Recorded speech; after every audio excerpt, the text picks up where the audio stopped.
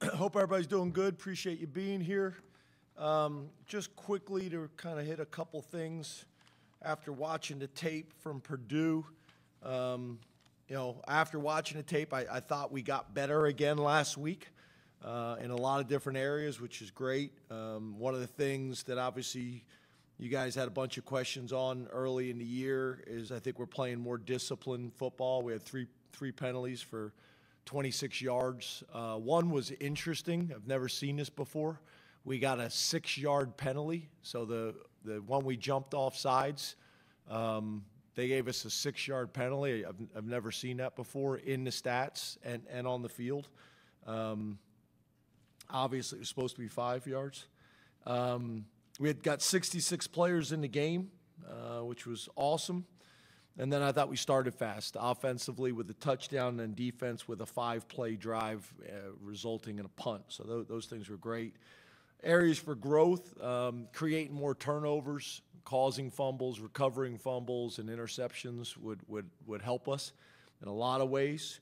And then, I think we take a lot of pride in being a developmental program. And, when the 3s and 4s got in there, the experience, I think, is really good for them and good for us. But we did not play up to the standard. Guys got in there, they got to be able to execute and play at a high level. And it's a tremendous opportunity that they're getting, and they need to approach it that way. So making sure guys that are preparing the right way as if they were the starter every single week, so when their number's called, they're ready. Getting into Minnesota, P.J. Fleck, who I've known for a long time, came and visited us when we were at Vanderbilt, came and visited us actually here at Penn State when we first got here. I've known PJ for a long time. He's done a really good job.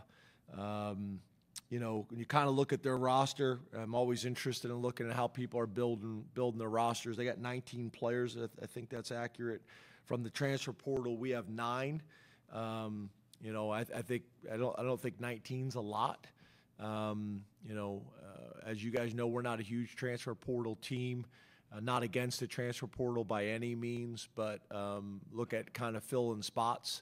And I even think their number 19 in today's college football is fairly low, but I think that's always an interesting thing to look at each week and study.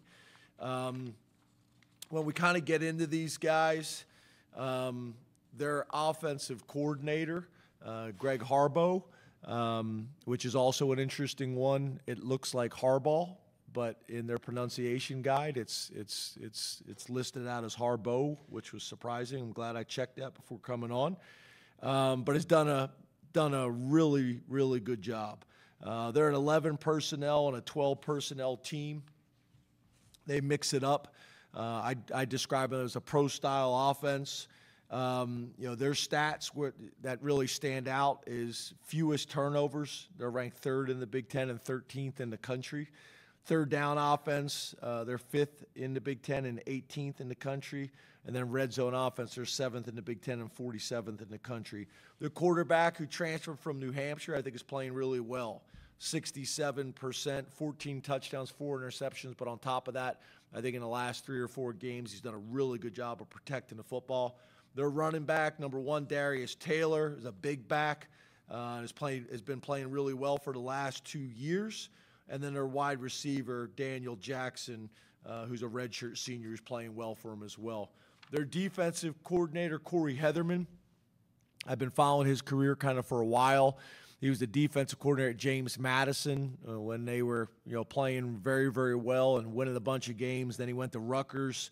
And now has been, at Minnesota the last couple of years and done a very, very good job. I would describe them a lot like how we used to be, probably with Bob Shoop and Brent Pry, 4 down, but a little bit of more of a too high safety shell, quarters and quarter half. They kind of remind me a lot of the better defenses in the Big Ten. They remind me of kind of the old Michigan State defense, kind of remind me of Iowa. They're going to make you earn it. They're going to line up. They do a really good job with their run blitzes, but they're going to line up and play hard and play fast and play physical, and that's showing up. They're 5th in the Big Ten and 12th in the country in scoring defense. Total defense, they're 5th in the Big Ten and 11th in the country. Takeaways, they're 1st in the Big Ten and 10th in the country. And then passing defense, they're 6th in the Big Ten and 17th in the country. So really good stats. It's also telling, right, that you could be 5th in the Big Ten and in the top 10 in the country in a lot of statistics. So obviously our conference plays really good defense. A lot of guys that stand out to us. Their linebacker number 45, Cody Lindenberg. Their defensive end number 17, Jaw Joyner. Jaw Joyner, their defensive end number 92, Danny Strigo. And their cornerback number 5, Justin Wally. Their true freshman safety, number 3, Coy Parrish. I've been very impressed with him. I think he's got 5 interceptions. Played really well in high school. I think it was the MVP of the Army All-American game. He's flying around making big plays for them as a true freshman. He's been impressive. So playing really well on defense, and then special teams. I've known Bob Ligashevsky, their defense coordinator, for a long time. An old PSAC guy at IUP. Has been all over the place. Got an extensive resume both in the NFL and major college football. Again, Coy Parrish as a kick return guy and a punt return guy, doing some good things for him. And then their kicker, Dragon Kesic, is a difference maker for him, in our opinion. So it'll be a challenge. It's a tough place to go play. A beautiful stadium that they built a couple years ago. They get really good support. And we're going to have to go and play well to find a way to get a win on the road here in the Big Ten. So appreciate your time. Open up the questions. Let's go to Rich Garcella, followed by Frank Bodani. Good afternoon, James. How are you? Rich, back in your room. Yeah, I've been banished. Love it. Yeah, I'm sure you do. You always make turnover ratio very important. Does it take on even greater importance this week, considering Minnesota has 16 interceptions? Yeah, I think number one, turnover ratio and explosive plays are the 2 most important stats in football. It's been that way for a long time. Something that, I don't think you can start to preach one week. It's something we talk about all the time. But obviously when you're playing a team that's doing a really good job at it, not only creating turnovers, but also protecting the football, then they're doing a good job. And I think, to be honest with you, that's PJ, PJ and his background, at Rutgers with Coach Schiano. I think a lot of the well-coached teams understand before you can learn to win, you got to learn how not to lose. And you put the game in jeopardy by playing sloppy football and turning the ball over and giving up big plays. So he's done a really good job of that. But yeah, it's always emphasized. We won't emphasize it more this week because it's just one of our staples that we're going to talk about and work on every single week and every single day. I think you guys have heard me say before,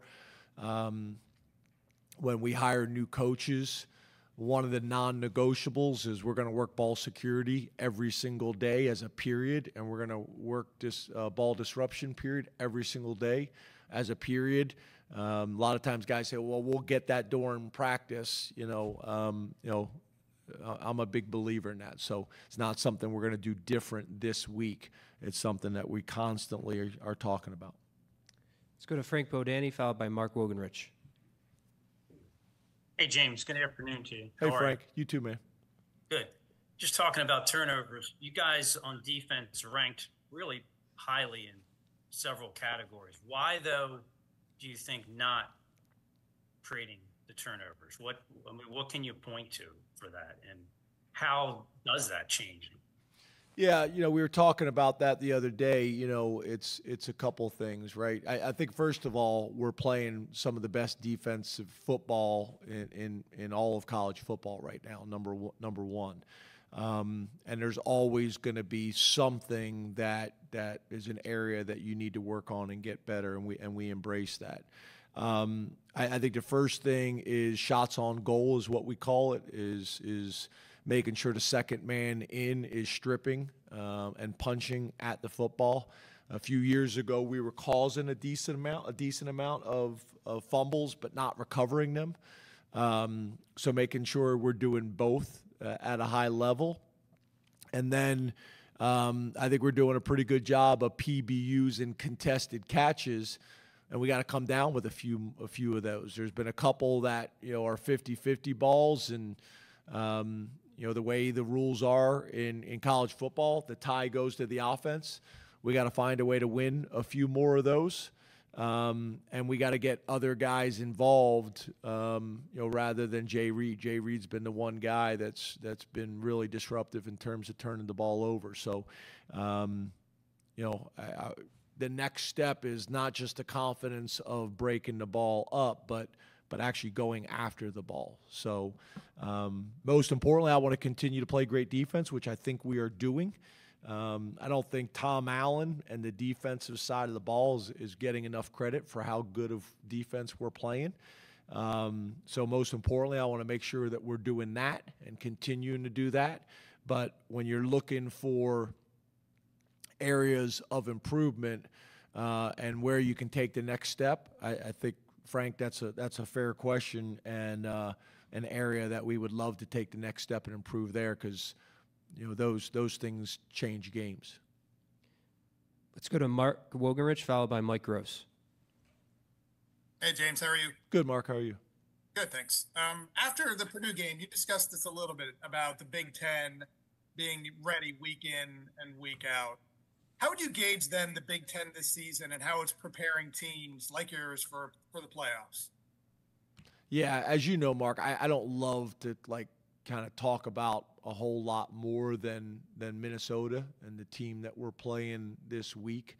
What that's preparing for us down the future. I'm totally focused, and I want our team to be totally focused on Minnesota.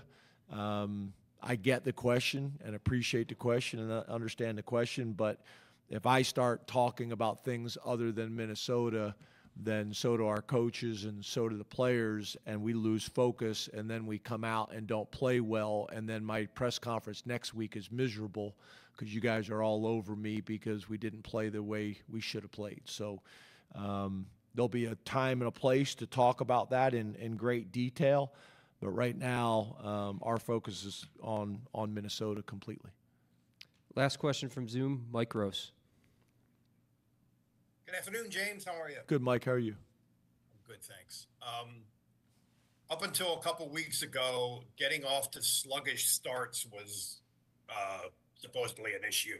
And then the last couple of weeks have been a total exception to that. So is there anything that you've done better, let's say, scripting the plays early and then executing them, anything like that explains why you've got off to great starts the last couple weeks? Yeah, I wouldn't necessarily say that our process has changed, but no different than the question I just got a minute ago about turnovers. Hey, okay, let's discuss this. We're not getting as many as we normally have gotten. Why? Let's go back and study the tape. Let's study the things we're doing in practice. The years that we've had a bunch, what were we doing? What were we emphasizing to just make sure that we're turning over every stone and finding ways to improve? And it's the same way with starting games. What are our tendencies? Doing some self-scouts. What are our tendencies in those areas? How can we break those tendencies? And then, making sure that the coaches are doing everything in terms of dotting I's and crossing T's, and that we're practicing, that way as well. So, I would not say that really anything has changed. But when you go a couple weeks and you give up a bunch of yardage on defense and maybe a field goal, and on offense you don't score points, whether they're touchdowns or field goals in opening drives, and you want to start faster, then you spend a little bit more time talking about it and looking at it. But I wouldn't say anything dramatically changed, Mike. Just making sure that, again, we're as detail-oriented as we can possibly be. I think last week's a good example. We're rolling, and we jump off sides on a tempo play, which made it harder, which, you'd prefer not to put yourself in those situations, but we were able to overcome it and still go down and score. So nothing dramatic, Mike. More just about our process and maybe a little bit more self-scout. Over here on the right, Mark. Thanks for your time as always, James. You too. How close did you come to playing Grunk in that game, and can you discuss the balancing act between making sure somebody like Bo gets the snaps that he deserves against making sure your third teamer is ready to go in the case you need him? Yeah, I think that's always the fine line, right? Like, Bo needs and deserves as many reps that he can get. He's been an unbelievable teammate. He's been a huge part of our offense and our system. And just like we saw a few weeks back, was able to go in there and win a game for us. And that development is critical. And like I've said to you before, whether it's practice or games, if you're trying to get three guys ready, a lot of times you end up getting no one ready. The other thing is you guys don't get to see it, but Grunk is getting pretty much live scrimmage work, about 24 reps every Sunday. Some days are total live, the quarterback included. More days than not, it's live except for the quarterback. But he's getting a ton of those reps that Bo never gets. So it's a fine line. But I think every rep that Bo can get is important, and I think when Grunk is in a similar position, he'll want those reps as well. Whether it's as the starting quarterback or the backup quarterback, he's going to want every rep he can get to. In the middle, John. Hey, James, how are you? Good, John. How are you? Doing good. You mentioned that the 3s and 4s didn't play up to the standard as a group, but were there any individuals with the 2s, 3s, and 4s that you thought earned more playing time coming out of Purdue? Yeah, I think it's a combination of not only how they played, but also guys that just have gotten to the point from a redshirt standpoint that they can play now and not burn their year. So I think you guys are pretty aware of who those guys are. Tyseer Denmark is an example of that, both as a punt returner as well as a wide receiver. Egan Boyer now falls into that category. He's doing some good things for us. Both of the running backs, Quentin and Corey, fall into that category. Corey probably a little bit more than Quentin right now. Not based on production, but just based on games available. Quentin's already played in 3 games, so we really only have one more game with him during the regular season, so we just got to decide this week, is it this week or next week? And we're going to let those 2 guys compete, and whoever gives us the best chance to win this week will be the guy that's green-lighted as the 3rd. And then defense, Xavier Gilliam, the 2 defensive ends. Granville now is full go. He can play for us. Harvey's full go, can play for us. Not having to worry about any of those things. Specca is in this situation like Quentin Martin. He's only got 1 game to play, so we got to be strategic about that, but having him ready to play. Vabu, Belgrave, Shorter, and Mitchell fall into that category. Kenny Wosley's another one who's only got 1 game left to play in these last 2 games, so we want to be strategic there. So combination of how they played in the games, but also what they have available. It's both those things. In the front, Neil. Hey, James. Hey, Neil.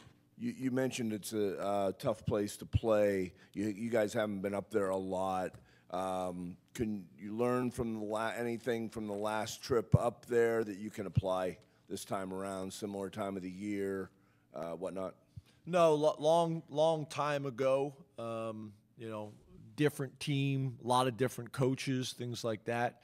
But obviously, we understand what the environment will be like. We got to understand what the stadium will be like, weather that time of year, how this coach builds his roster and how this coach builds his team, and how they want to play their winning style of football. All those things, yes, but different players, a lot of different coaches in both organizations. On the right, Tyler. Hey, James. Hey, Tyler. Luke Reynolds, now that you had a chance to review what he did in a little bit more detail, is he a guy who's showing the ability, and I know he's played each week, but with some expanded work, that come postseason play, down the stretch here, you can kind of maybe reevaluate what he's capable of doing compared to maybe what his initial role was on the field for you guys this fall? Yeah. Could you be a little bit more direct in what you're asking? Now that he's done some things in games, made some plays, made some blocks, put some things on film for you that's a little more tangible than just what you saw on the practice field perhaps, is his potential role within this offense in 2024 something that you and the staff, despite the presence of Tyler Warren, could see yourselves continuing to evaluate and maybe rethinking on compared to where he was coming into the fall? Yeah, we love Luke's development and what he's been able to do this year. And that will continue to evolve as the season goes on. But again, when you got Tyler Warren in that room, and Khalil's a guy that has done some great things for us as well. He was all over the tape that I showed the team on Sunday blocking. He blocked extremely well. And is obviously, as you guys know, is a threat in the passing game. So that's a really competitive room. And Coach Howell's done a really good job of developing that room and coaching that room. And,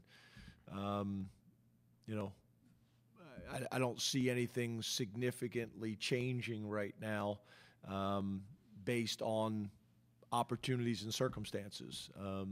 It's a lot of things that can go on in between now and the end of the season. But I love his approach every single day, how he practices, how he works. I think he's got a very, very, very bright future, and we're excited about it. But, I think you are promoting us take Tyler Warren off the field, and probably not going to do that. Yeah. In the middle, Audrey. Hey, James, how are you? Audrey. You'd mentioned post-game with Abdul Carter, obviously, a lot of times it looks like he's playing through potential holding penalties that aren't getting called. Have you maybe had to try to say anything to Abdul or is Dion to try and get him to kind of keep playing? Because I'm sure it's maybe – do you think it's frustrating for him at all? Do you see frustration showing up on the field when you watch him? No, I mean, but he did celebrate when he finally got one call, which to me was kind of like, hey, this guy's. Yeah, I guess what I'm saying though is to me, if it's showing up on the field where he's getting frustrated and now his effort changes because he feels like, hey, I can't get a call here, I'm getting held every time, then that would be a concern. But the guy is playing with phenomenal motor. I mean, the play he made on the screen was phenomenal. Again, for us, we try to spend a lot of time talking about real football people studying the tape, NFL scouts, GMs, other college coaches. And when you watch the tape, the guy is impactful. Whether it's sacks, whether it's tackles for loss, whether it's holding calls, whether it is obvious that they have a specific plan in how they're trying to limit his impact, keeping tight ends in, keeping running backs in, always sliding in his direction so there's a double team between the tackle and the guard.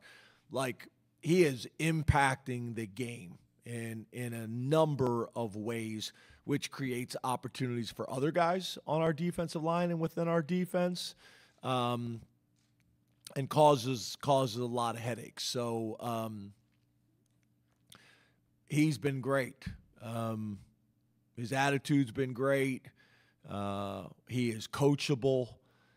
He is becoming more and more of a leader every single day. One of the cool things for me to do is after the game, for some reason I can always find his dad and his mom in the stands. He has a hard time finding them sometimes, but I always seem to find them, and I got a great relationship with them.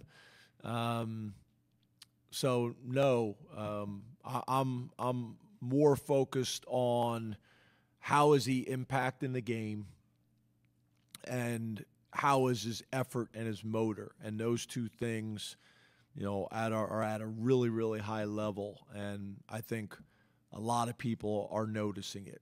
And I love my favorite play in the game last week was the screen, just because the effort and the burst that he played with, and not just him. You watch that clip, Zane Duran is chasing the ball from behind. Bunch of guys are doing it, and those things lead to good things when you got all 11 guys running to the ball and playing with great motor and enthusiasm. And I think the other thing I would say is, early in the year as he was transitioning to D-end, he had a few, jump off sides penalties and things like that, which all great defensive ends do, but those are limiting. So now I think people are focusing on all the positive things he's doing, not trying to balance, the sack and the jump off sides. He's less and less of those things and more of just, straight out production. Front middle, Seth. Hey, James. Hey, Seth. You talked a couple weeks ago about making sure, not to lose after one game, turning that into 2 or 3. What does it say about this team to not just win these past 2 games, but do so in a pretty complete 4-quarter manner? Yeah, I think it shows maturity. I think it shows growth. I also, at a place that I think is challenging to do it, I think they do a really good job of tuning all the outside noise out. And I think that's in 2024. That's harder to do than I think people realize. It's easier for some more than others. Tyler Warren. I think he's still got a house phone, a rotary house phone, so I think it's easier for him than most. But I think being able to stay focused and tune out all the other things, I think comes with maturity and growth, and I think this team's doing a really good job of managing it. I also think Chris Peterson and Greg Kincaid, and definitely Paul. Where's Paul? I also think do a good job of that as well. I know it maybe frustrates you guys sometimes, but like having a plan that guys only get so many, interviews a week because, they're full-time students, they're playing football and they have some media obligations as well. So making sure that these things are balanced and they're not getting hammered throughout the week with all these media requests as well, which also something that they have to do and we encourage and embrace. But balancing all these things, I think, is also important. And I think this staff does a really good job of helping with that too. Back left corner, Andrew. Hey, Coach. Hey, Andrew. You mentioned Ty Howell. I know he inherited some of the prestige that Penn State has in tight ends. Guys like Mike Gesicki and Pat Freiermuth predate him. But do you think Ty gets enough credit for the development in guys like Brenton and Theo and Ty and so forth? No, I don't think it's talked about enough. There's no school in the country, there's no program in the country that is doing what we are doing with tight ends right now and really over the last 10 years. And Ty Howell has come into that position as a Penn State letterman, and I think has taken it to a whole nother level. We're recruiting the best tight ends in the country. We're developing the best tight ends in the country. It's a competitive room. You got to embrace that. And then you just look at, what's happening after they get done playing at Penn State. They're all getting their degrees, and then they're all getting drafted, and the majority of them are getting drafted very high. And then you look at the Tyler Warren situation. Tyler Warren had a pretty high draft grade last year, came back, And I think it's been a win-win. I think he's going to be the first tight end drafted. Is having a great year. Is having a ton of fun with his teammates. And that's what you want, right? You want it to be a great situation for everybody. And if you're a great tight end in the country, and specifically in the state of Pennsylvania, I don't know how you couldn't come here. Like, there's just too much history, there's too much data, and there's too many things saying that you don't need to go anywhere else. You can stay home and get everything you want in terms of your college career and also setting yourself up for your future. And I really appreciate you asking that question. In the middle, Shane. Hey, Shane. Hey, Coach. You mentioned Minnesota's defense. They do have 16 interceptions. When you look at turnover ratio, how do you balance the aggression versus trying to, kind of not put yourself at risk? How do you approach that? Well, it's interesting, and it probably is a good question because it also helps me go back and kind of follow up the other question, because part of it is they're a zone team. And when you're playing zone defense, the argument there is you have the ability to have your eyes on the quarterback, which typically can lead to you being in a better position for interceptions. Playing man coverage, you're going to challenge more routes, but then you have to transition from eyes on the guy you're covering to losing eyes on him and trying to find the ball, where in zone coverages, more times than not, your eyes are on the quarterback the whole time. So I think that's probably one of the big differences and goes with the aggressiveness that you're talking about. There's a very big difference in my mind between aggressiveness in zone coverage and going after the ball and aggressiveness in man coverage. It is a skill that is hard to develop. It's one of those traits that you either have or you don't, and you have the ability to take your eyes off of the guy you're covering once you're engaged, and turn and find the ball. And then also turn and find the ball in a way that the ball's going to be thrown. I know it sounds simplistic, but where you turn your eyes, the trajectory of the ball, if they're going to make that type of throw, are you looking back or are you looking up? Little things like that, you'd be amazed, make a huge difference. So, and that kind of answers, there was somebody else had a question earlier about how do you create more turnovers. It kind of goes hand in hand with your question, and they're more of a zone-based team, and we're more of a man-based team. The thing that they're doing a really good job too is they're one of the better pass defenses teams in the country and turnovers. So combination of both. Last question on the right, Daniel. How are you doing today, James? Good. How are you? I'm doing well. What is that hat? Green Bay Packers. Oh, it is? Yes. Old school. What's your two connection with the Packers? Same as Rich. That's why Rich is. I know Rich. Yeah, I know Rich. But I'm saying, what's the connection with you two? I was 4 years old and thought Brett Favre was pretty cool. And where'd you grow up? Southern Maryland and then Bel Air, Maryland. And Audrey, where'd you grow up? Where did Rich grow up? Huh. Makes a lot of sense. Is that who could use that slogan?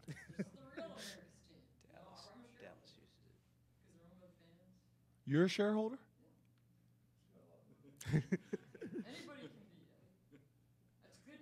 I thought the shareholder was passed down. I don't think anybody can be.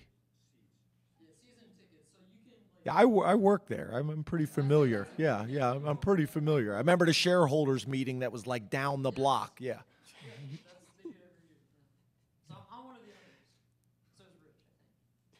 Let's get back to your question.